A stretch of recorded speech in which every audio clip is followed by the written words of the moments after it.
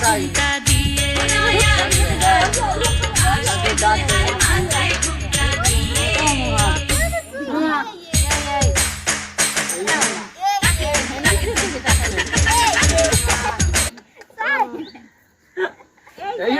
লাল গামছাটার দিকে খেয়াল এই গুলটু এই ও কি জানি লাল গামছা লাল গামছাটা